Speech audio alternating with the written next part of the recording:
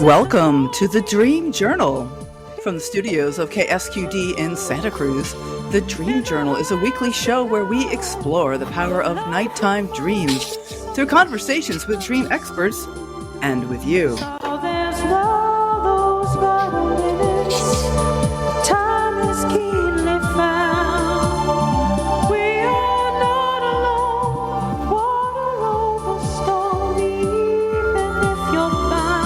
Of Carl Jung, who looks outside dreams, who looks inside awakens.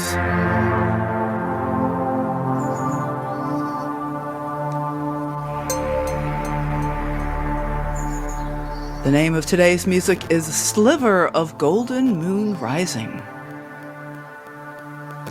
When are ADHD and dyslexia assets instead of handicaps? When you are an octopus. Our guest today is Dr. Octopus himself, Perry Knoppert.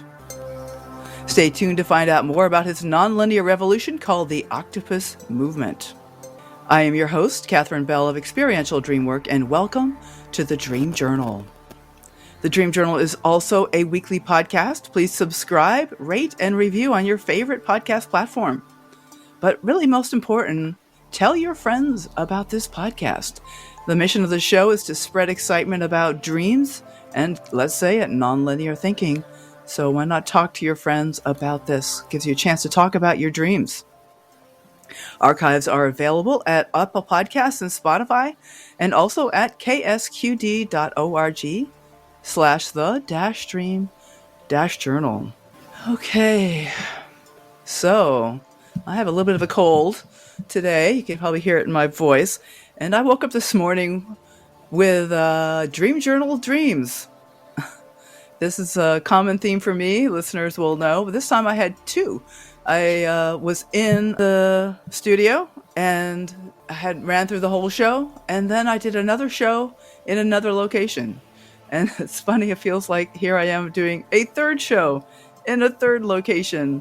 Maybe I was just practicing. My dream self was just practicing what needed to happen.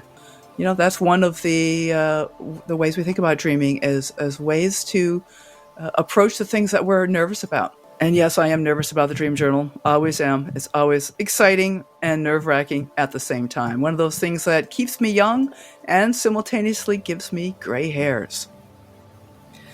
All right. I'd like to say hello to Perry Knoppert. Hello. Hello, Katherine. How are you? I'm, a little sick, but, I'm glad to be here. I wouldn't miss it. And I am just delighted to be here and to have you on the show. I'm very nervous as well. And last night I had a nightmare that I was eaten by an octopus. No, I'm kidding. But that would be something, right? It would. No, I definitely want to hear about your dreams for sure. We've talked a little about. I never had an octopus in my dream. Really? We should talk about that. That's weird. That's interesting. Yes, let's do that. Well, let me introduce our guest. This is Perry Knoppert, also called Dr. Octopus. He is a nonconformist, embodies the spirit of a life artist. He is born in the free-spirited Netherlands. He sold lampshades with his father and experienced the diversity of the market. But Perry yearned for more and discovered the beauty of unexpected possibilities in Beijing, China.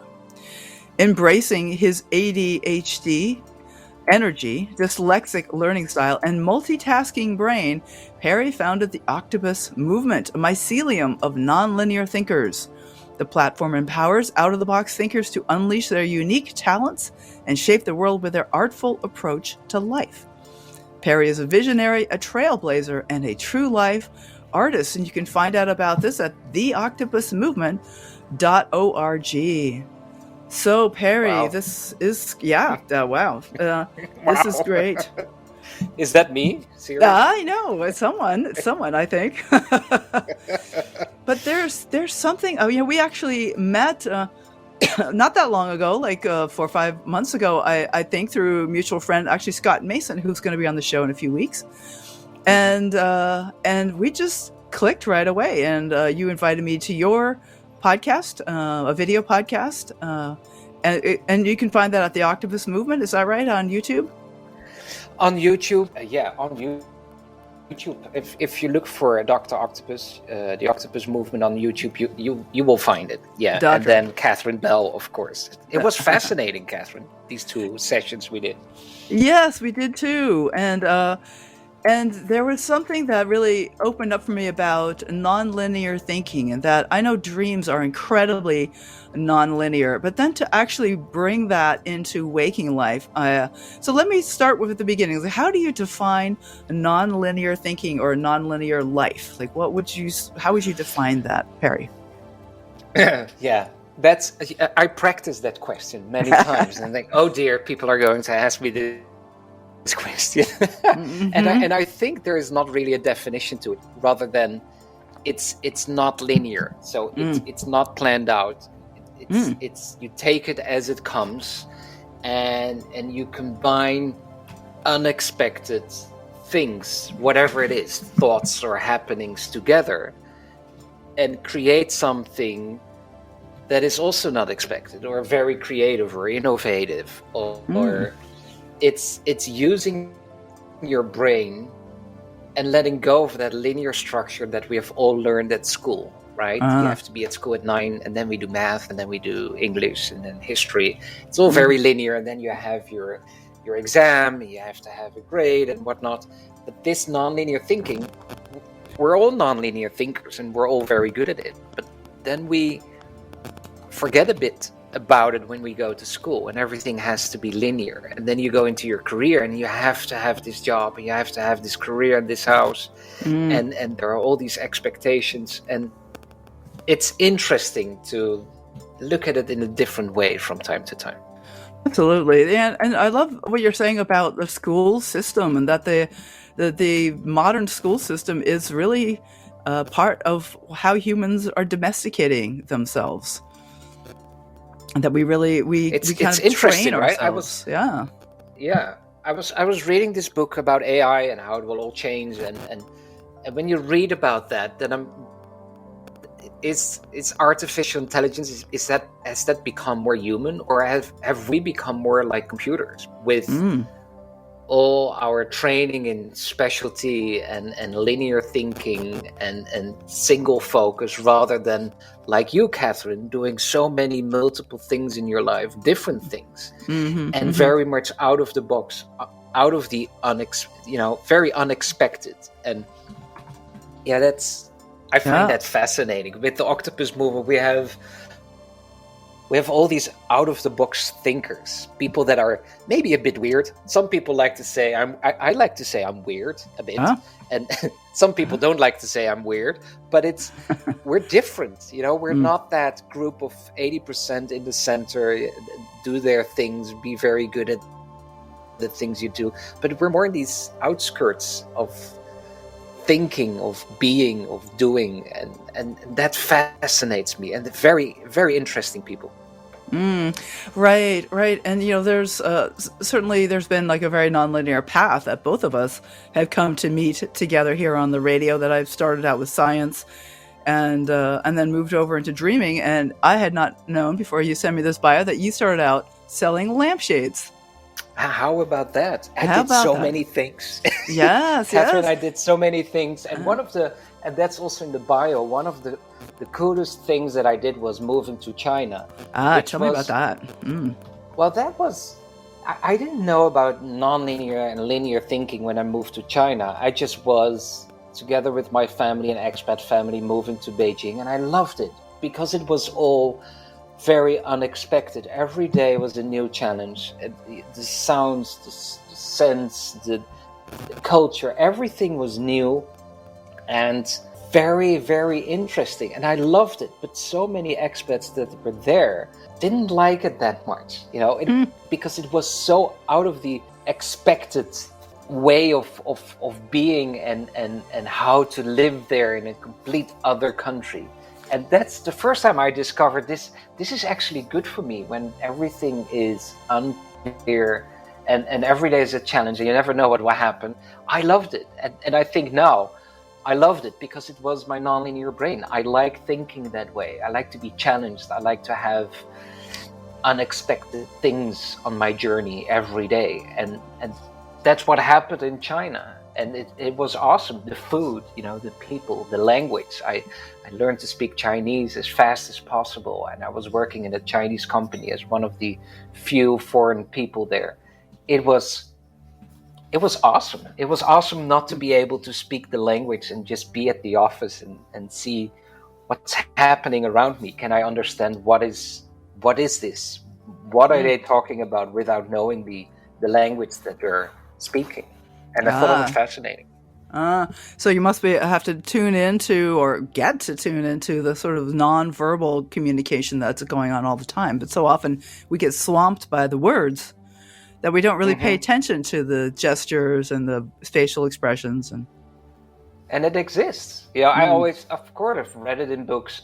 But when you're there and you're in a meeting and they're all speaking Mandarin and you don't speak a word of Mandarin yourself, then the only way to go is non-verbally and still understanding what's happening, and also sensing and feeling what's around you and connecting with people without using language. It's amazing. You read about it, but you never really, really experience it until you are in that kind of setting where you have no clue what they're saying around you. The language is totally alien to you. Yeah. Interesting. And here we are in the opposite extreme, you and me speaking audio only, no video, and all we have are the words and the tone from each other. And so it's amazing that the human mind can encompass this incredible diversity of a communication. It's incredible, because I do a lot of Zoom conversations. Yeah, me too. I'm based in the Netherlands, Amsterdam, and talking to people all over the world using Zoom. And I'm always fascinated how that connection works, actually. I'm looking at the screen of my laptop and I see someone, and I'm wearing headsets. So the voice is very clear in my head and I see a face, and still there is a connection, although the connection is ones and zeros in a dark fiber optic cable through the ocean from Europe to the US, for example. Isn't that weird that human connection is still possible with a laptop screen? It is. It's been an amazing revelation, the pandemic, of how much that we can do through the technology. And so it's interesting that these nonlinear communications are happening through these very linear structures, like you say, ones and zeros. Like it's been reduced to a sequence of bits and dashes that are going through fiber optic cable. And yet the ideas can be very nonlinear, and the connection can be very emotional and personal. Yeah. Oh, definitely. And it's not always, and this is the nonlinear thinking, it's not always that you understand what's happening. You're meeting someone, you're looking into the camera, you're looking at your screen, and something is happening, you don't know what's happening, and it doesn't make any sense. You're just meeting someone, and and you experience that deeper connection, which is fine. And that's the nonlinear thinking, I think. It doesn't always need to make sense. And that's, of course, very close to the subconscious mind and dreaming as well, yes. Katherine. That's why I love talking to you. It's so close to nonlinear thinking.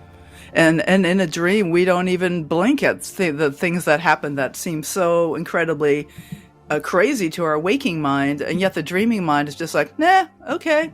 Now we're swimming with zebras, or now we're doing this. It doesn't seem to concern our unconscious at all. So maybe it's something about our conscious mind that really likes this linear structure, because in dreaming, the things are very nonlinear.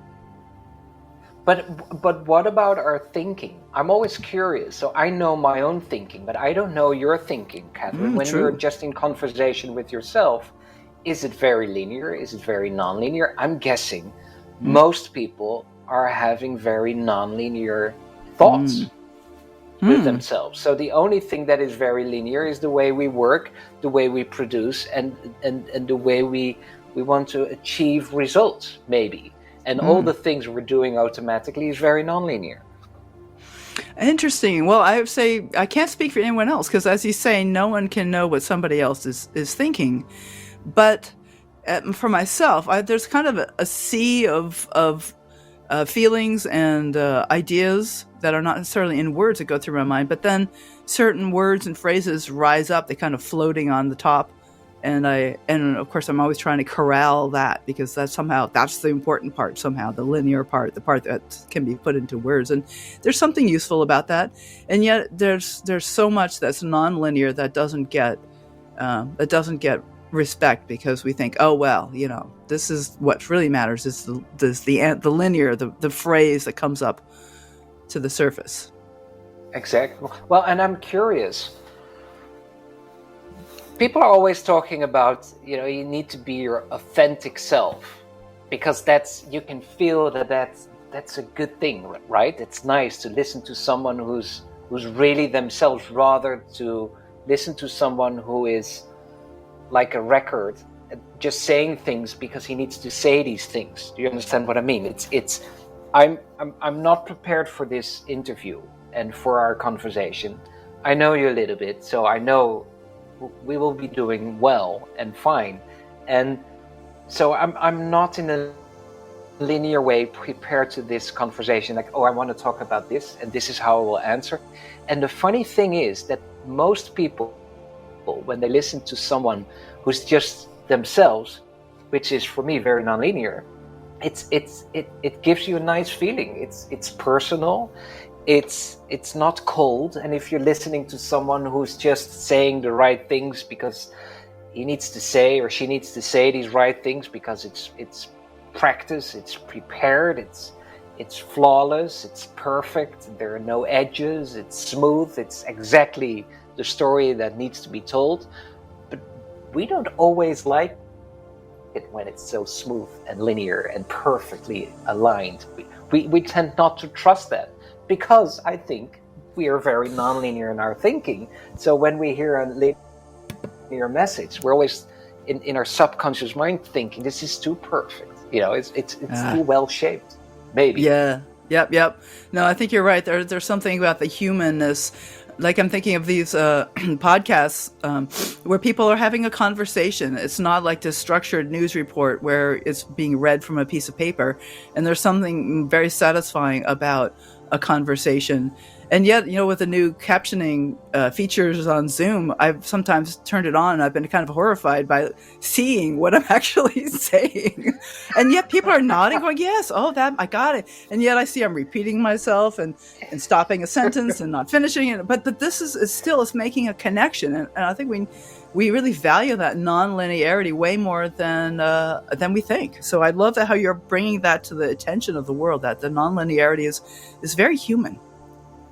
It's very human, and I discovered this nonlinear thing. I didn't discover anything. I just used the phrase nonlinear thinking, which is also not new, of course, but it really helped me to create clarity in something that was confusing for me.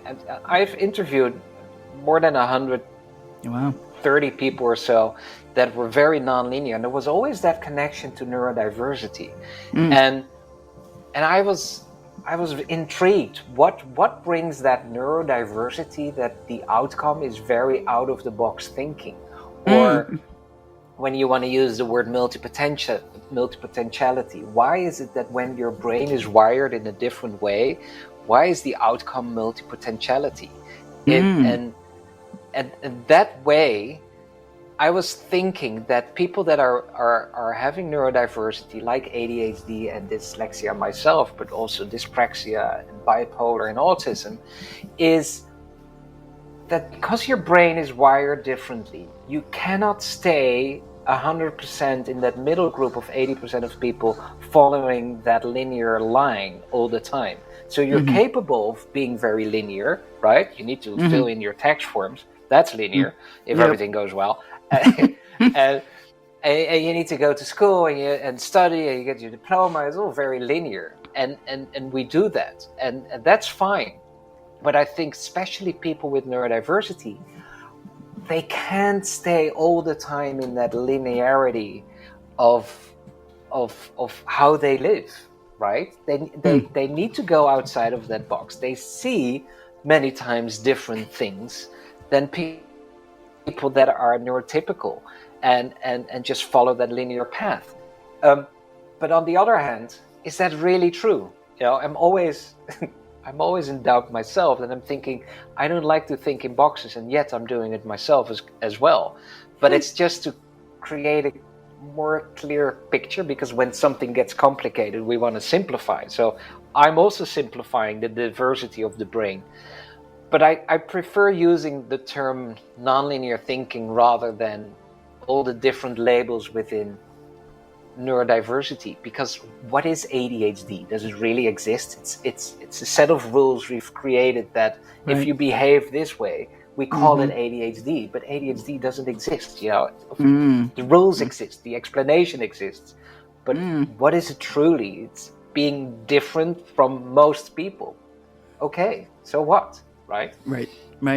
No, I love that. There's this bumper sticker I saw years ago. The AC/DC, the old rock band, has this logo with a lightning bolt in between the AC/DC, and that was ADHD with a lightning bolt in between the D and the H. And I'm like, like it's like something about like this is what ADHD is like. It's like this electric something that's it is. Yeah. So tell me, how do you see that you think differently from other people that you would consider linear thinkers?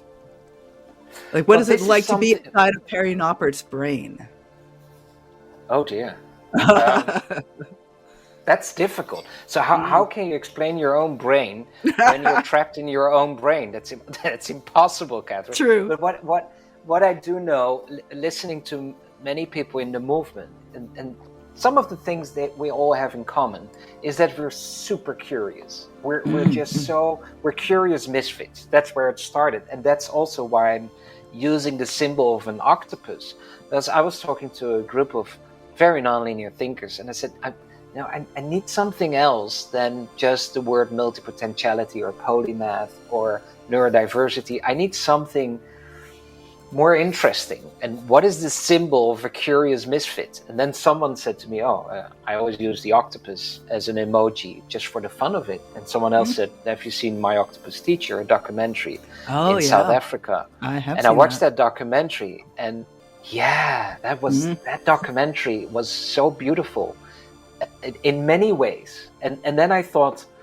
isn't the octopus a very good example in how we nonlinear thinkers are? Like the 3 hearts, the 9 brains, and the 8 arms. The 3 hearts in being more sensitive.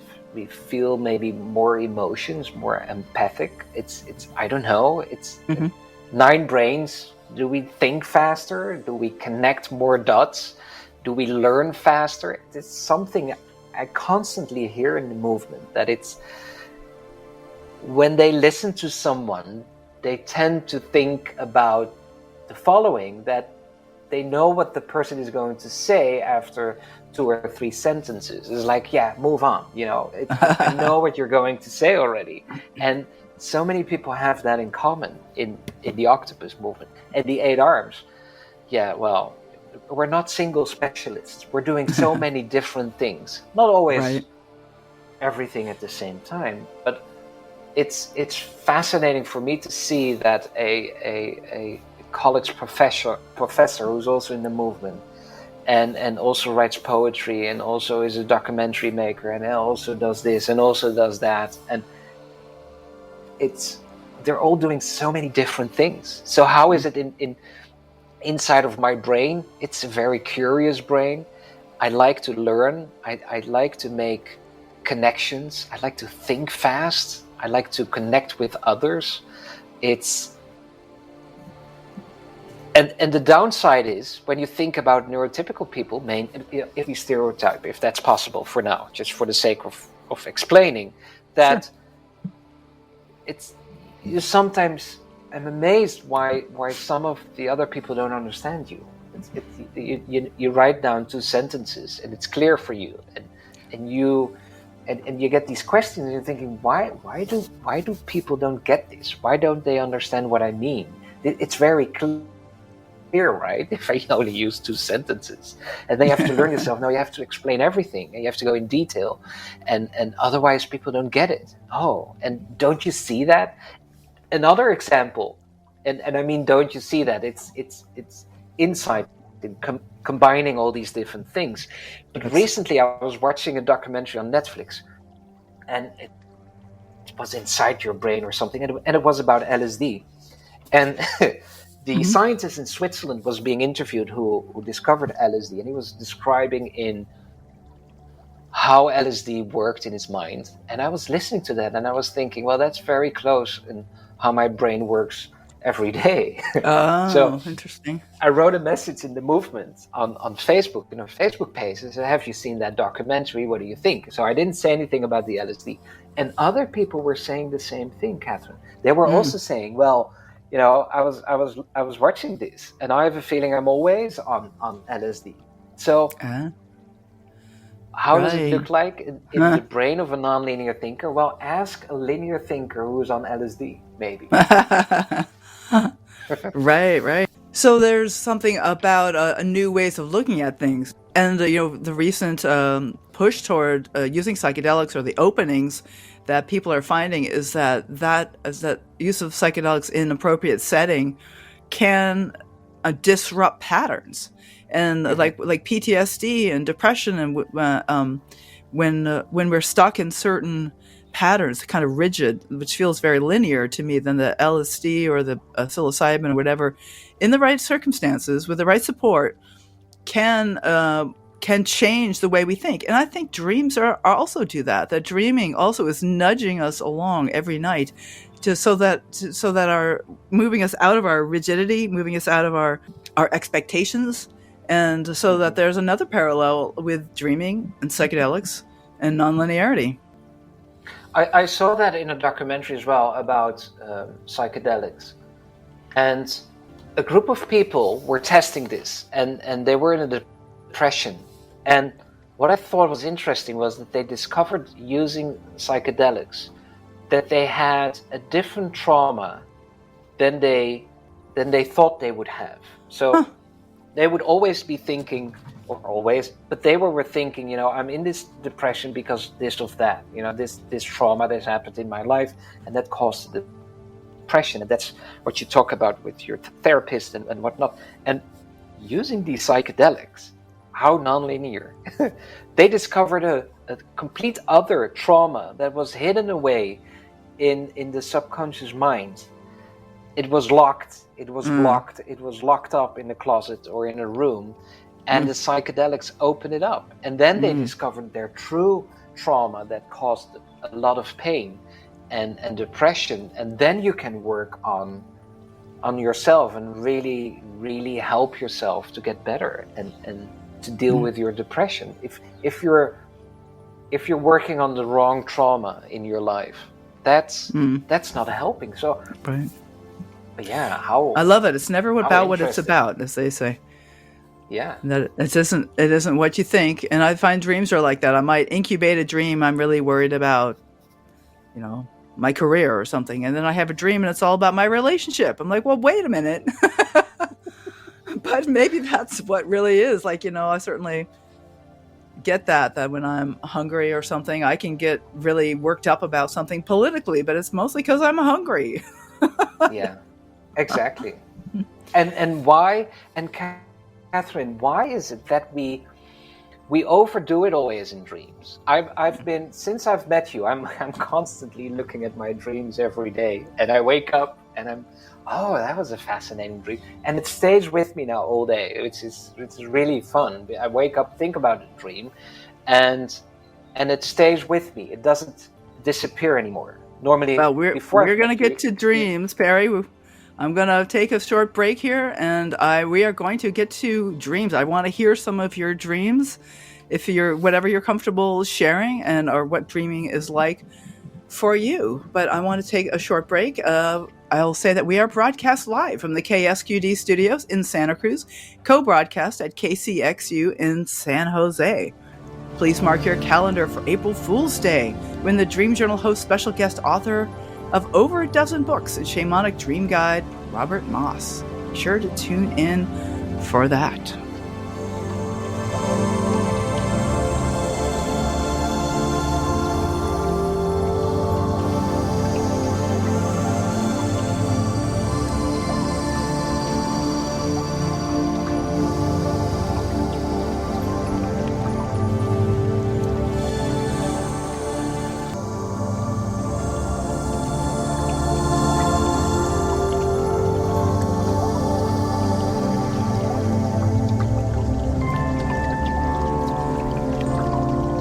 This is the Dream Journal. Our guest today is Perry Knoppert, Dr. Octopus himself, leader of the Octopus Movement. You can find out about his revolution of nonlinear thinkings at droctopus.org.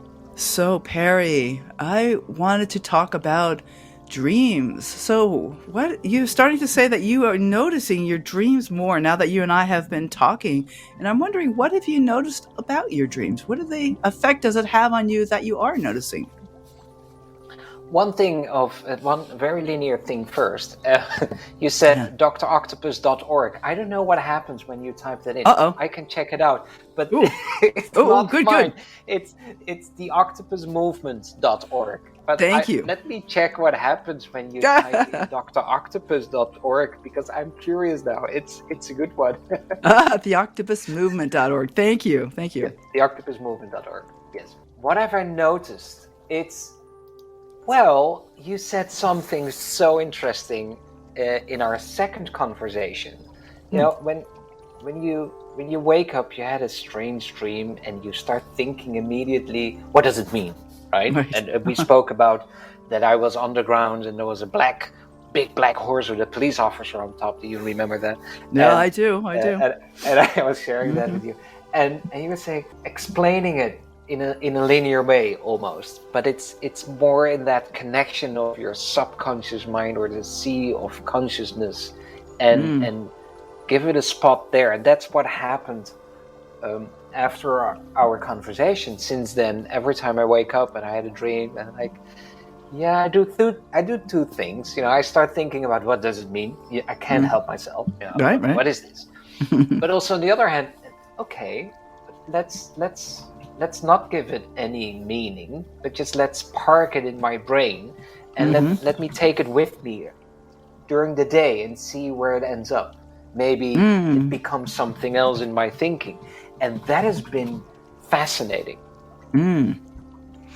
What have you found? So I really love that idea that the dreams themselves are complete, and that we like to explain things. Explain, though, it means basically to flatten something out. And why not let it be lumpy, bumpy, three-dimensional? And but also recognizing that there's something valuable here, like taking it with me during the day, like to feel the moment of like being underneath the horse. The horse was all reared up over you in that moment, and like, yikes. And not needing to know exactly what that means, but there's some feeling here, some big feeling. Yeah, and just take it with you, right? Yeah. Okay, you see so I'm a visual thinker, of course, so I see the image, but recently I was thinking, why? So we create our dreams ourselves, but why are we always overdoing it? So if I look at my dreams and I'm like, that could have been a little bit less dramatic. I get it. It's too much. But I created myself. Like the other day, I think it was a week ago or something, and I had a very busy, very difficult week. And at the end of the week, and I had a back pain, and things were not going well, and I had a very clear dream that I was in the water, underneath a waterfall or a huge wave coming down. The image was clear. There was a lot of water coming on top of me, and I was pushed underwater. There was a tremendous force coming down. Like I wasn't in control, basically. And I was thinking, and I woke up after the dream immediately, and I had to grasp for air. I was like, Jesus, what's happening? And I'm thinking, but I've created that dream. So is that the only way I want to listen to myself when I make it so dramatic? Can we do a little bit more elegant in our dreams? They don't drop hints of that often, it seems like. I guess maybe sometimes, but there's certainly a lot of hitting you over the head with stuff. Right? In it's this so case, bold. Water. Yeah. Oh, yeah. Yeah. So, but that keeps me thinking. Yeah. But that keeps me thinking. So during the day, are we listening to ourselves? Really? Ooh. Maybe not so much. Maybe that's why there needs to be a gigantic wave or a waterfall on top of me, bringing that message. You're not always in control. maybe you need to swim away, maybe you need to get out of the water, maybe you have to wait or whatever. Interesting. Are we really listening to ourselves during the day? Well, it's interesting. You were saying that you had too much going on during that week, and back pain and things like that. And but humans are really good at coping. I know I sure am. Okay, I can make it work. Like, I can get through. Like I said, I'd do it, so I'll do it. And yet, that's maybe not what I want to do. And maybe do I get to change my mind? And maybe it takes something really dramatic for me to let myself go, oh, wait a minute. No, I don't want to do that. And what about if you have that conversation not after a dream, but during the day, and when you are aware what's happening around you and with yourself, you're thinking, I don't have to have a dream with that kind of waterfalls again. I'm here, I'm listening. And that black horse, that was nasty as well. I don't want to do that again. So maybe I want to learn, but it's always so bold and in your face. Absolutely. Yeah. I had a dream last night, and it wasn't very clear, but it was just beautiful. And I was driving this little road up in the mountains, and there was a cliff, and I'm afraid of heights, so that comes back many times in my dreams. And there was this cliff going straight down for a couple of 100 meters into the ocean, and it was scary as hell. But I was driving there, and I was saying to my passengers, I know this is scary, but trust me, it's going to be fine. And then at the end, there's this beautiful spot overseeing the ocean. The light was amazing. It was a sunset, and there was a building there, and there was a doctor, and I was bringing my daughter, and my father was there, and what the doctor was doing, I don't know, but it was all fine, and it was beautiful. But the little road to that building was scary as hell, but I could feel that I was scared, but I was also convinced that it was going to be fine, that I could drive that steep, narrow road leading to this beautiful place. That was my last dream, Katherine. Oh, interesting. It's a nice dream. It is a very nice dream, and ending with that beautiful light over the ocean. Then did you say your father was there? My father was there, my daughter was there, as far as I can remember, but maybe even more people, I don't know. Right, but people who are precious to you, I take it. Exactly. Yeah. It's interesting. There feels like there's something very different about these two dreams. The one of the water crashing down on me, like of being overwhelmed, and maybe not even being aware of that in waking life. And this other dream from last night feels a bit like being overwhelmed, but I hang in there, and I'm like, okay, it'll be fine. I have this sense it will be fine, and I come through to something beautiful. So, maybe sometimes. And I know it's scary, right? I'm aware of that. It's scary, and I'm telling my passengers it's going to be okay, and I find it's very scary myself, but I know it's going to be fine, and that's a very pleasant thought, because that happens during the day as well, of course, especially when you're not especially, it's happening to everyone. Life is challenging, so it's nice to have a dream knowing it's going to be okay, even though it's scary as hell. Yeah, absolutely. I'm wondering. Oh, this is very interesting, Perry. I just got this flashed about connecting these two dreams, and I don't know if this makes sense to you. Is it okay if I play around with this a little bit? Please, yes, go for it. Okay. So this other dream of a lot of water coming down on me, the sense of being out of control. What would it be? Would that be okay? Could I just go ahead and be out of control? Like, let myself be swept away, or even the cliff? I'm just saying. Like, is there something that I'm afraid to be out of control? I mean, understandably, it's usually scary when we're out of control, and yet sometimes letting the subconscious sweep us along can be a very helpful thing, even though it's terrifying. Yeah. Well, and when I think back of the first dream with the wave or the waterfall, it both elements were there. I wanted to be there. So I wasn't forced to be there. And I was there. And I was just looking at all the water coming down and thinking, holy shit, this is so hard. This is too much. And then I wanted to get away, but it was not possible. And then I woke up. So I got scared. But it's true. And also with this last dream, can you just surf the wave? Well, water is there. The ocean is there every time. And I say that many times during the day. We just need to surf the wave, right? Sometimes we just need to let it go, and especially using the nonlinear thinking as well. Let's see where it ends up. Just go, and you don't have all the answers. You don't have all the answers when you're a parent, and I have three kids and three teenagers. I don't have all the answers. I don't know. No, we need to surf the wave, right? Right. And so maybe they're both true, that we can even, so it's surfing the wave, but then there's also letting the wave tumble us. And so those can be different ways of being with the wave.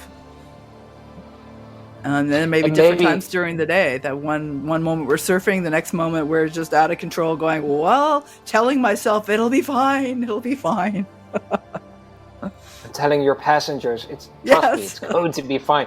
Or when you're pushed underwater because of the wave, and you're underwater with that force, and it's a sensational feeling. If I think about it, being in the ocean with huge waves, and it's quiet and it's fine as well. And you wait a little while, and then you go back up. And you're in the air again. You're above water, and that's almost often the safest place to be. I mean, Santa Cruz is a surf town, and I've done a teeny bit of surfing. And the one thing I know is it's safer to be under the water as long as you can breathe. I can't get up to breathe in time, but there's actually something about being under the water. So, what does it feel like to be under the water? To let yourself kind of be tumbled and pushed under the water? It's a nice feeling. What do you think? Oh, it's like being in space, like being in outer space for me. There's something about floating, bubbles. And it's a very alien place, too. It's not what I'm used to in waking life. It's not my usual place. And but maybe so quiet. Yeah, so quiet here. You can really get away from all that tumult up on the surface. Isn't that funny?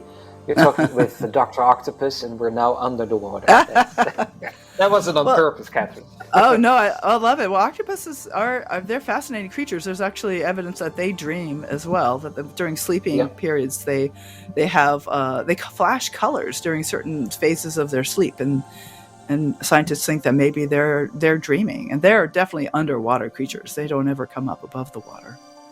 Exactly. Yeah, but we do. Fascinating animals. Yeah. But humans, we do a little bit of both. We're mostly above water, but especially in the dream world, maybe we get to go under the water. And it may be scary to think about going there, but once you're there, like you talked about what it felt like to be under the water, that there's something safe down there. And what about if we think about the scariest things in our lives during the day? We take the whole day to be diving into all these scary thoughts, that's the scary thoughts day. And then what happens in your dream? That would be a very, very fascinating thing to do. It's, separate one day, do something else, and then write down all your fears, write down all your worries, and draw about it, or make poetry, or do something artistic with it. And then you go to bed, and I'm curious what happens in the dreams then.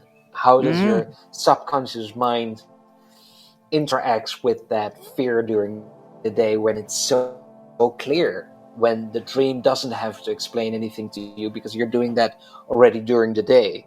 Then what happens during the night? Would you get an opposite effect or not?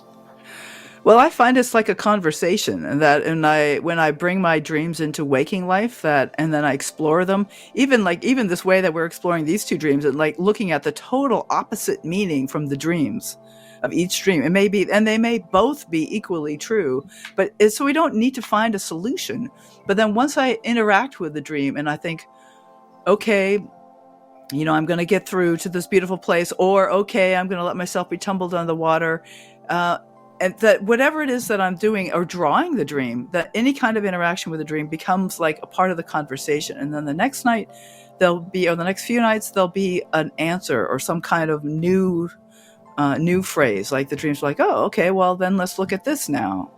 And so there's like the next part of the conversation. But I feel like a lot of times dreams are a monologue. Well, certainly most dreams we don't remember.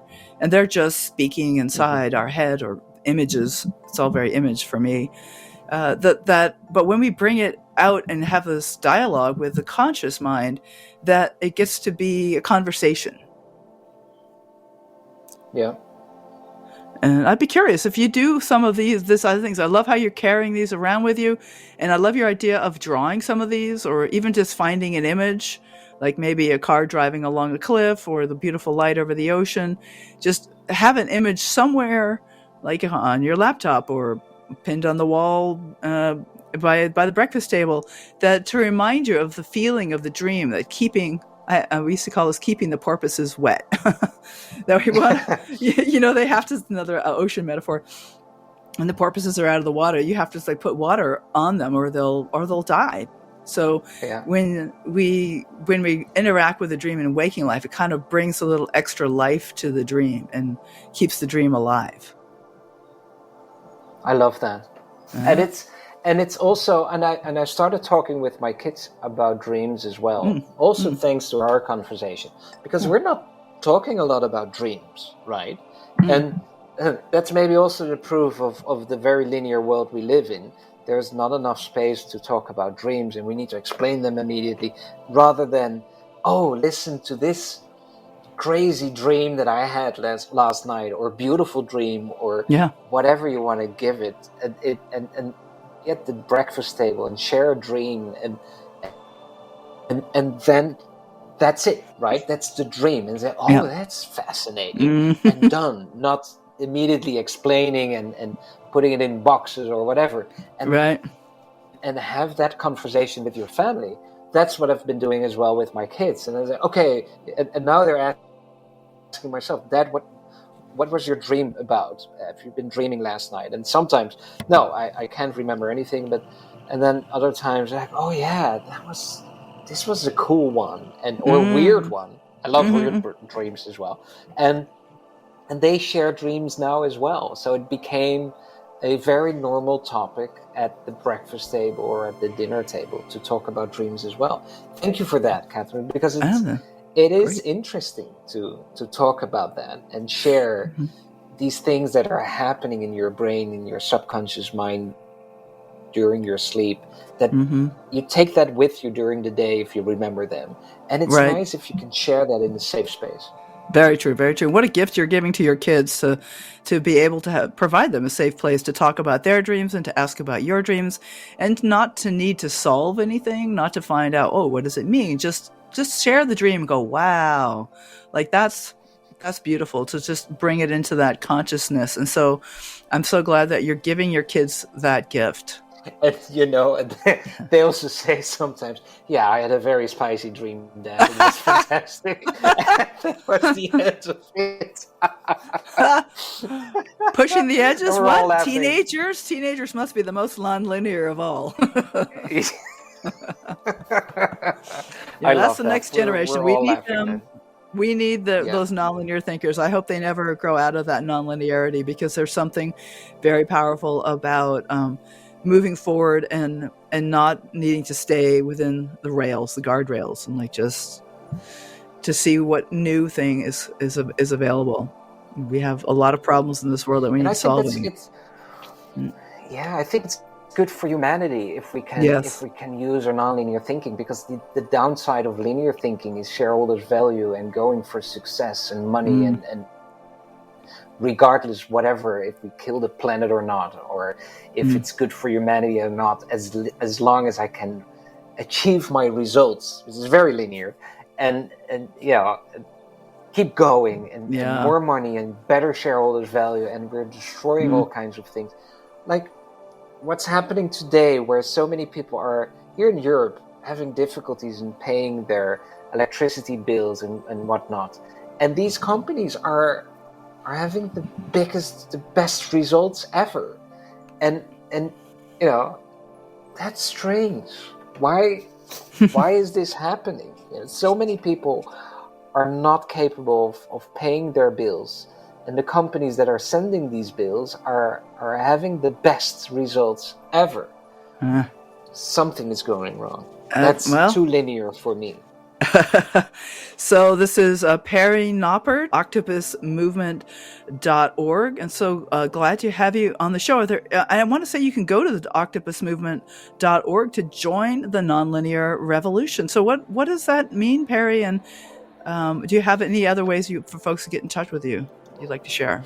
Oh, yes. But they can find me on the octopusmovement.org. They see my picture as well. And then you can book me on Pick My Brain for a free half an hour on Zoom, just to have an interesting conversation.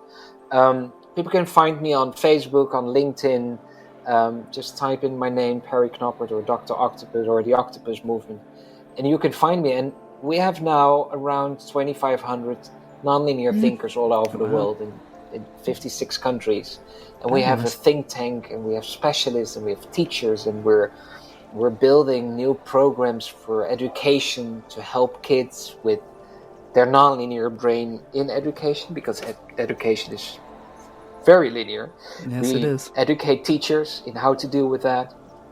We have neurodiverse programs, but we do fun things as well. We have a film club, a book club for nonlinear thinkers, and we do interviews. We have our own art gallery. Meet the Other Octopi once a month, where we have these fantastic Zoom sessions where all these brilliant minds come together, and we're having fun, and we're meeting each other, we're making connections. And what I also have to share is, many people say to me that I'm building a community, but I don't like that word per se. Okay. I prefer to use the word mycelium.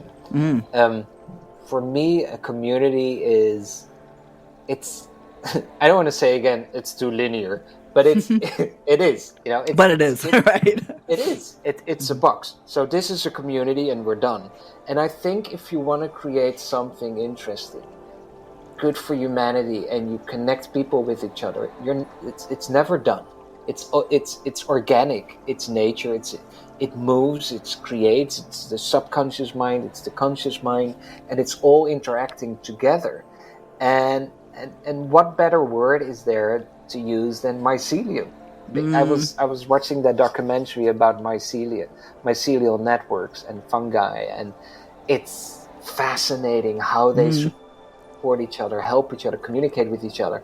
And I see that now in the movement as well, where someone in Bangladesh is in contact with someone in Florida, and they understand each other. They have they're the same way of thinking, but their backgrounds, their education, their skin color, their gender, it's all different. It doesn't matter. There is this nonlinear approach, and that connects these people together, and that's a mycelium for me, and not a community. Okay, thank you so much, Perry Knoppert. I'm so glad to have you on the show. Let's stay in touch. Thank you, Katherine. Okay.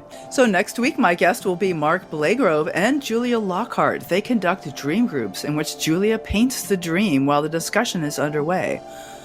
Their book, Science and Art of Dreaming, describes how this process encourages insight, empathy, and understanding. You can join the conversation live. Tune into the Dream Journal Saturday at 10 a.m. Pacific Time at the ksqd.org livestream. The podcast replay will be released on the Monday following the show. I am Katherine Bell. This has been The Dream Journal. Thanks for listening. Find out more about my own dream coaching practice at experientialdreamwork.com. Email me at Katherine@ksqd.org. That's KATHERINE@ksqd.org. Follow Experiential Dreamwork on Facebook and Instagram to find out about upcoming shows.